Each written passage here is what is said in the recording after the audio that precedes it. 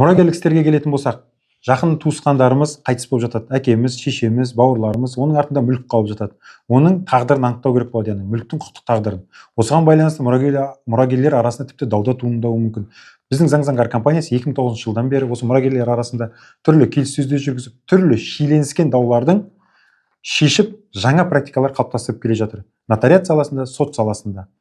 Осыған байланысты, егер де сіздердің жақын жуықтарыңыз қайтыс болып, оның артында қалған мүліктің құқықтық тағдырын анықтау керек болып, ағайын туған туысқандардың арасында дауға ұластырмауды көздейтін болсаңыздар, немесе жалпы заңдастыратын болсаңыздар, дау жоқ, дым жоқ, бәрін істеу керек болатын болса, онда ойланбастан біздің кеңсеге келіңіздер.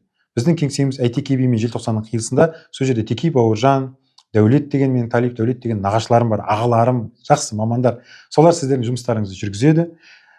Барлық мәселелеріңізді сол қызметтің шеңберінде шешіп, сіздерге көмектесеміз. Сонымен, осы видеоның астына нөмір қалдырайын, жазыңыздар, келіңіздер, қызметімізді тұтыныңыздар. Қазалы ауданы, әйтеке би мен желтоқсанның қиылысы, Теки Бауыржан, Талиев Дәулет.